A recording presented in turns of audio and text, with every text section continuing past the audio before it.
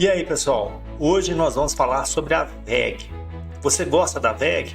A WEG está na sua carteira de investimentos? Então, a WEG é a queridinha do Brasil, uma das empresas mais preferidas na B3.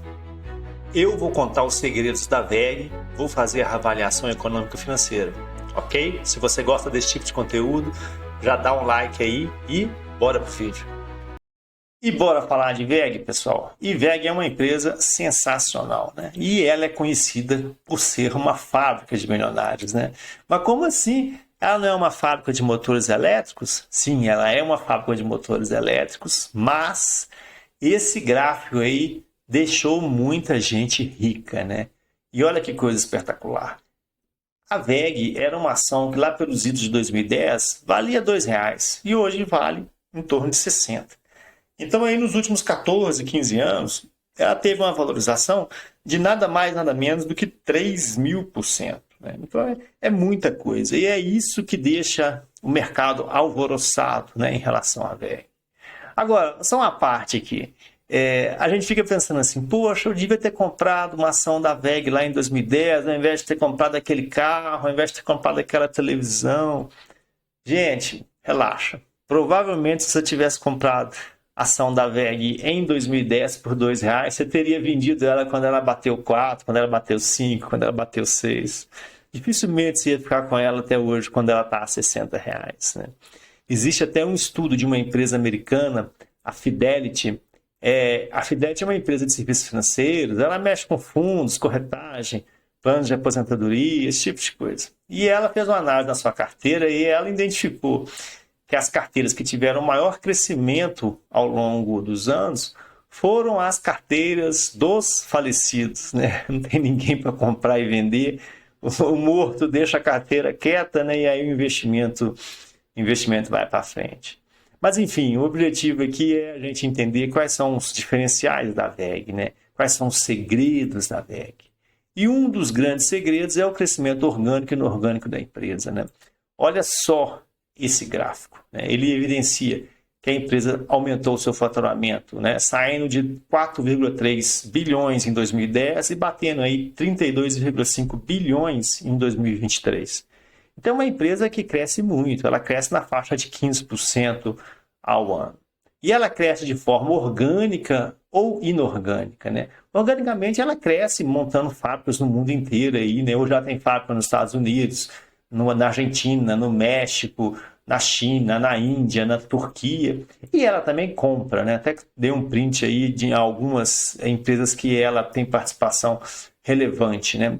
Um outro grande motivo também é a diversificação territorial, né? Hoje, a WEG ela tem fábricas, né, em mais de 17 países, né? São 63 fábricas. E aí ela tem uma produção muito customizada às necessidades locais, né? Então isso é muito importante, porque ela atende o mercado local com mão de obra local, né? E fazendo concorrência local, né? Então hoje a WEG ela tem fábricas no Brasil, na Portugal, na Espanha, na Argélia, na Turquia, na Áustria, Colômbia, enfim, são 17 países, né? E isso é muito interessante porque ela, da mesma forma que ela pulveriza a produção, ela pulveriza o seu faturamento ao longo do mundo também, né? Olha que gráfico interessante. Esse gráfico evidencia que 47% de tudo que a WEG produz é no Brasil e também é vendido para o Brasil. Então, praticamente a metade do que ela produz e vende no Brasil. Mais outros 24% ela produz no Brasil e exporta. Né? Agora, os outros 29% são produzidos no exterior e são vendidos no exterior também. É claro que a gente não pode deixar de falar que o outro grande motivo é também a questão da diversificação dos produtos. Né? A WEG, a gente pensa assim, que é aquela empresa que fabrica motores elétricos. Né? Ah, não, motor elétrico para minha geladeira, motor elétrico lá para minha casa de piscina. Não, ela hoje é muito além disso. Sim, ela produz equipamentos eletrônicos industriais, ela produz motores elétricos, mas ela também trabalha na parte de produção de tintas e vernizes especiais, e ela entrou fortemente na questão da geração, transmissão e distribuição de energia, né? No fornecimento de equipamentos, né? E essa diversificação da produção, ela é evidenciada quando a gente observa esse gráfico. Olha só que legal. Nós vimos aí que 47% da receita da WEG é do mercado interno e 53% é exportação, né? Dólar, dinheiro, moeda estrangeira. Tu pega aqui no Brasil, né, qual que é o grande filão dele? É a parte de geração, transmissão e distribuição de energia, que são os equipamentos, né? São os equipamentos para geração de energia eólica e de energia solar, principalmente, né? Já no mercado externo, o que tem de mais importante são os equipamentos eletrônicos industriais, mais de 31%. Então você pega aqui, daqui dá para você ver como que a empresa ela tem uma matriz pulverizada e complementar, né? E uma outra questão muito interessante, o outro segredinho da WEG é a questão dos resultados consistentes, né, gente? Eu peguei aqui aquele gráfico que a gente tinha visto sobre o faturamento e plotei aqui o lucro líquido, né? E a gente vai perceber, na barra azul é o faturamento, na barra laranja é o lucro líquido. A gente percebe a tendência, né, de crescimento nas duas variáveis, né? Tanto no faturamento quanto no lucro líquido. Mas o que importa para nós mesmo é esse gráfico de linha, né, que é o lucro líquido em percentual. Nós vamos ver aí que a WEG está batendo recorde de lucro líquido em 2023, com mais de 18% de lucro líquido, né? A empresa ficou muito tempo aí na faixa de 12%, né, 12%, 13%, e agora está batendo os 18%. Então vamos ver como é que está a situação econômico-financeira da WEG. Eu utilizo a análise dinâmica de balanços, que nada mais é do que pegar o balanço patrimonial da empresa e reclassificar ele em 3 contas, né? Que seriam a conta do capital de giro próprio, da necessidade de capital de giro e do saldo de tesouraria. E quando a gente faz isso, a gente olha para essa representação, para essa tabelinha e para esse gráfico de blocos aí, a gente já vê uma empresa muito bem administrada, com uma situação econômico-financeira muito saudável, uma situação muito ok, tá? Mas vou dar os detalhes, vamos lá? Primeira coisa, essa empresa ela tem um capital de giro próprio positivo em 10 bilhões de reais. Só que a sua necessidade de capital de giro é de 5,4. Então, ou seja, ela para rodar suas operações, para pagar todas as suas atividades, ela gasta 5,4 bilhões, mas ela tem 10,3. Então, o que acontece? Está sobrando dinheiro. E esses 4,9 bilhões de reais, eles viram aplicações financeiras. Então, assim, em grandes blocos, quando você olha para essa estrutura, para esse perfil de empresa, você percebe que ela não tem problema de liquidez algum, né? O capital de giro próprio ele é tão grande que ele banca a necessidade de capital de giro com tranquilidade e ainda sobra dinheiro para fazer a aplicação financeira, que seria o saldo de tesouraria, né? Quando a gente olha o gráfico, aí a gente tem certeza disso que eu estou falando com vocês. Olha o capital de giro próprio voando lá em cima, né? Olha lá, mais alto de todos, essa linha azul, né? A linha vermelha é a linha da necessidade de capital de giro e a linha amarela é a linha do saldo de tesouraria, né? Então, o que você percebe? Até 2023, né, que seria esse quadrante aqui, você percebe uma empresa com o capital de giro próprio crescendo fortemente, a necessidade de capital de giro próprio até diminuiu de 2022 para 2023, né? E como a necessidade de capital de giro próprio diminuiu, o saldo e o capital de giro continuou crescendo, né? Essa inclinação aqui que eu estou circulando com o mouse é dinheiro que virou aplicação financeira. Aqui em 2024 a gente percebe um comportamento meio diferente, né? A gente percebe a necessidade de capital de giro subindo e o saldo de tesouraria descendo, né? E o capital de giro próprio constante. Então, se eu for analisar o gráfico de 19 até 23, é um gráfico extremamente interessante, uma empresa extremamente bem administrada. Avaliando aqui o ano de 24, a gente já percebe alguma alteração, né? Saldo de tesouraria caiu, a necessidade de capital de giro subiu e o capital de giro está constante. Então isso aqui já é algo que requer um pouquinho mais de cuidado para a gente ver o que aconteceu. É uma situação não esperada, tá? Essa boquinha que abriu aqui é uma situação que eu não esperava encontrar isso na WEG. Mas vamos com calma, vamos tentar entender por que, que a necessidade de capital de giro subiu de 5,4 para 6,8, né? E aí eu abri a necessidade de capital de giro, a gente já percebe aqui os números que eu acabei de falar, de 5,4 foi para 6,8. Analisando os números aqui, a gente percebe que, olha aqui, quantos receber, estoques, bingo, achamos aqui, ó. Olha a conta de estoques, 2 bilhões de reais. Então, de dezembro de 23 para setembro de 24, a conta de estoques subiu em 2 bilhões de reais.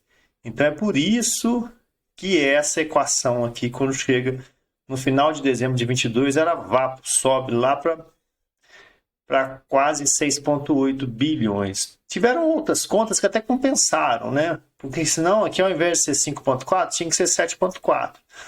Mas o que a gente percebe é o quê? Que a empresa ela fez estoques excessivos, né? E para custear esses estoques, né, que saem de mais de 2 bilhões adicionais, né, ela sacrificou caixa, né? Então, assim, não achei legal. Mas, enfim, para a gente poder avaliar mesmo, nós teríamos que ter outras informações que não estão disponíveis em bolsa. Mas está identificado que a necessidade de capital de giro ela subiu, né, 1,5 bilhões de reais em virtude dos estoques que subiram aí praticamente 2 bilhões de reais. Então isso tem custo, tá, gente? Que para você ter esse estoque aqui significa o quê? Que você deixou de ter aplicação financeira e passou a ter estoque. E nós estamos falando de 2 bilhões de reais. É muito dinheiro. Já no capital de giro a gente não percebe praticamente nada, saiu de 10,3 foi para 10,4, as contas não têm variação praticamente nenhuma. E no saldo de tesouraria, sim, a gente percebe, sim, uma variação grande, de 4,9 bilhões foi para 3,5 bilhões. O que significa isso? Que o caixa da empresa diminuiu, né? Aqui, dá para ver claramente, aqui, ó, ano de 2023, 6,4 bilhões de caixa, passou para 5,4, né? E teve até um pouquinho de aumento de empréstimos. Então, significa o quê? Que a empresa ela diminuiu o seu caixa, diminuiu as aplicações financeiras, as disponibilidades imediatas para custear estoque, né? E esse aumento do nível de estoques tem impacto no ciclo financeiro, claro, né? O que é ciclo financeiro? Só lembrando, ciclo financeiro é do dinheiro ao dinheiro. É quando a empresa coloca um pedido lá no fornecedor para comprar algum insumo, ali começa a correr o prazo, os dias. Aí ela vai para o estoque de matéria-prima, ela produz, vai para o estoque de produto acabado, ela vende, emite a nota, né, e o cliente paga. Então, esse prazo que existe entre o pagamento do insumo e o recebimento da venda é o que chama de ciclo financeiro. Como o estoque aumentou, o ciclo financeiro aumenta, né? 61 passa para 68, né? Eu calculei, tentei a memória de cálculo aqui pela NCG e pelo faturamento. Então, assim, obviamente é uma coisa ruim, né? A empresa está com mais estoque do que era necessário, aparentemente, e isso vai impactar em quê? Impacta numa dilatação do ciclo financeiro e numa diminuição do resultado financeiro da empresa, que seriam as aplicações, né, juros menos despesas financeiras, né, que está aqui nessa tabelinha que a gente está vendo aqui. No caso da VEG, a gente percebe o quê? Que é uma empresa muito líquida, né? Olha aqui, no terceiro trimestre de 24, ela tem aí 6 bilhões de reais de dinheiro disponível, né, entre aplicações financeiras e caixa, né? E ela tem aí só 3 bilhões de empréstimos de curto e longo prazo. Então, ou seja, é uma empresa líquida, né? Não deve nada a ninguém. Ela tem 3 bi no caixa para fazer o que quiser. O que chama atenção aqui é que, não obstante dela ser uma empresa líquida, né, ter 3 bi em caixa, ela tem aí em torno de 3 bi em empréstimos de curto e longo prazo, e a participação dos empréstimos de curto prazo é preponderante, ela é maior, né?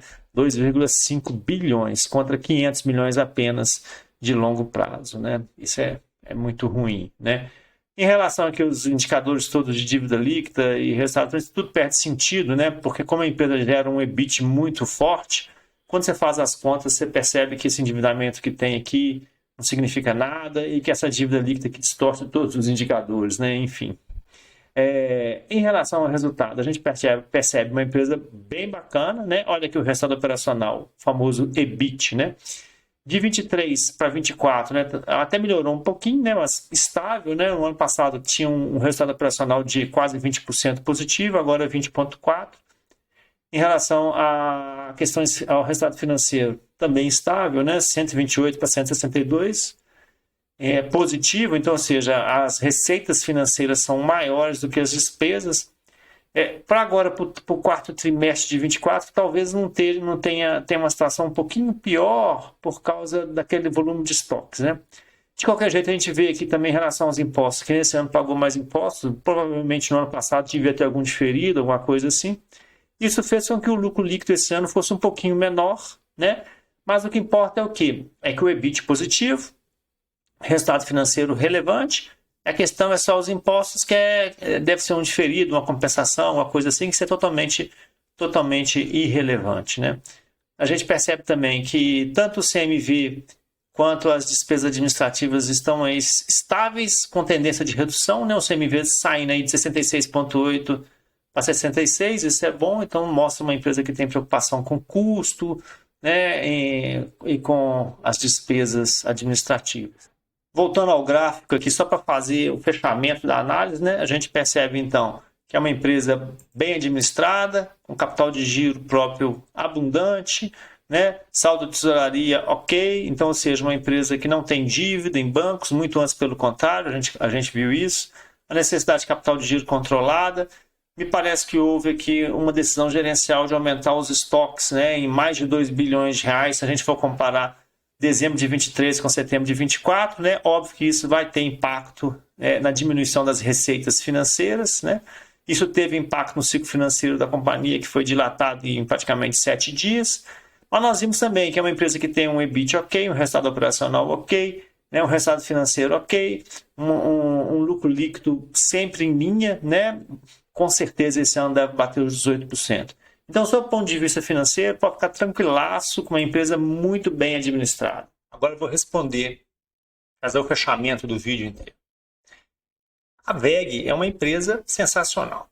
Sob o ponto de vista operacional, a primeira coisa que a gente tem que lembrar é o seguinte, que é uma empresa muito diversificada.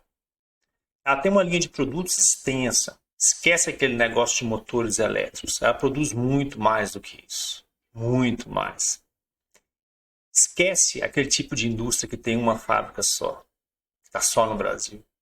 A WEG está em 18 países, incluindo o Brasil. Ela tem mais de 64 fábricas. Se der problema numa, ela tem outra.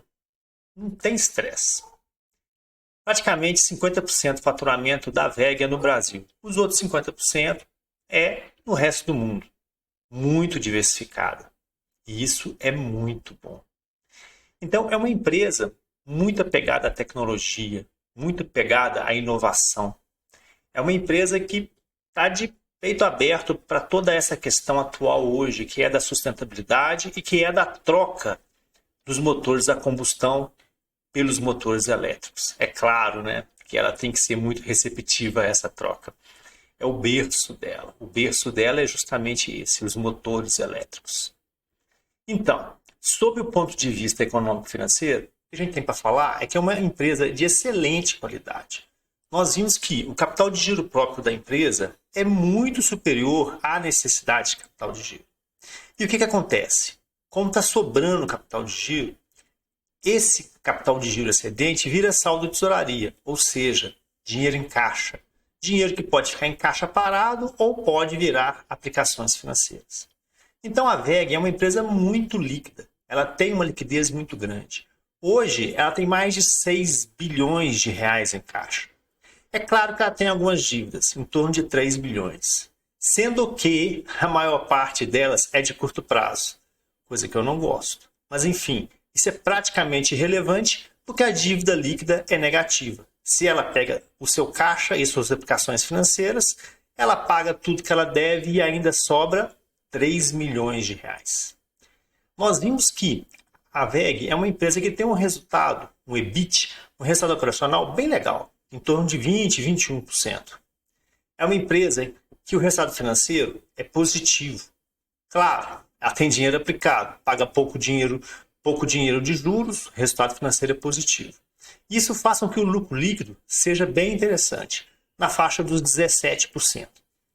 É uma empresa que cresce desde 2000, 2010 até hoje em torno de 15% ao ano. É muita coisa. Em 2010 ela faturava 4,3 bilhões. No ano passado ela chegou a faturar 32,5 bilhões. Esse ano deve bater os 34 bilhões de reais. E é uma empresa que, olha, ela não é sazonal, ela não é cíclica e ela é muito resiliente. Ela praticamente passou de liso, sem problema nenhum com a Covid. Super tranquilo para ela. Ela tem uma demanda muito estabilizada. E isso é proveniente de uma gama de produtos enorme que ela tem. Então, é uma empresa que praticamente não tem pontos a serem considerados como os pontos negativos. Para não falar que não tem nada, durante o vídeo eu falei de 2 pontos, que é a questão dos estoques de 2024, que eu acho que eles estão muito altos, né? Em torno de 2 bilhões de reais. Isso significa o quê?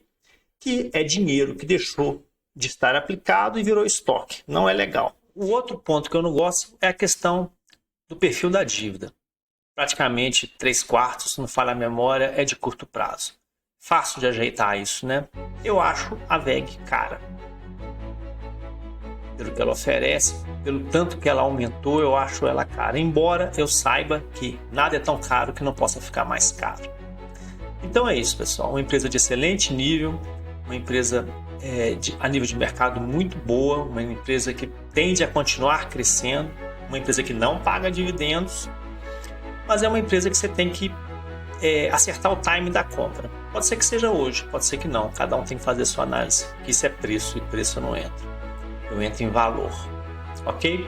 Se você gostou da análise, já manda um comentário para mim. Tem alguma dica? Manda um comentário para mim. Ok? Muito obrigado. Fiquem com Deus.